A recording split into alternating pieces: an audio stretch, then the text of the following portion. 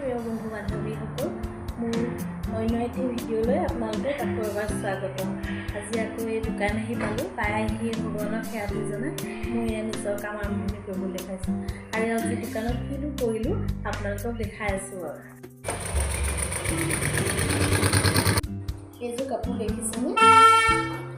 এইযোৰ মোৰ লগৰ এজনী কাপোৰ। আজি এইযোৰ কাপোৰকে সম্পূৰ্ণ কৰিম বুলি ভাবিছোঁ আৰু মই এয়া পতিটো কাটিবলৈ আৰম্ভ কৰিছোঁ।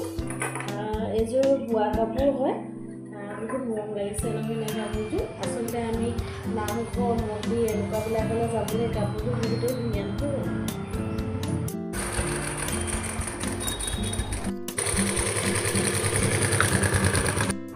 আজি যিযোৰ কাপোৰ আপোনালোকক চিলাই দেখাম বুলি ভাবিছোঁ, এইযোৰ চাওকচোন হৈ গৈছে। আৰু এয়া আপোনাক মেলি দেখাইছোঁ এইযোৰ। আৰু এইখন হৈছে মেখেলাখন। কাপোৰযোৰ দহি নকৰিলোঁ, কাপোৰযোৰৰ দহি তাই নিজে কৰি ল'ম বুলি ক'লে। আৰু এইখন হৈছে মেখেলা। এইখন মেখেলা আগতে চিলাই থোৱা আছিলে বাৰু, কিন্তু খুৰীয়ে ক'লে, মানে আমাৰ ওচৰৰ খুৰীগৰাকী হয়, তেওঁ ক'লে বোলে মেখেলাখন অকণ চুটি কৰিব লাগে, সেইকাৰণে অকণ চুটি কৰিলোঁ। আৰু আপোনালোকেতো জানেই মোৰ দোকানত কাৰেণ্ট নাই, সেইকাৰণে বহুত সোনকালে বন্ধ কৰি দিবলগীয়া হয়।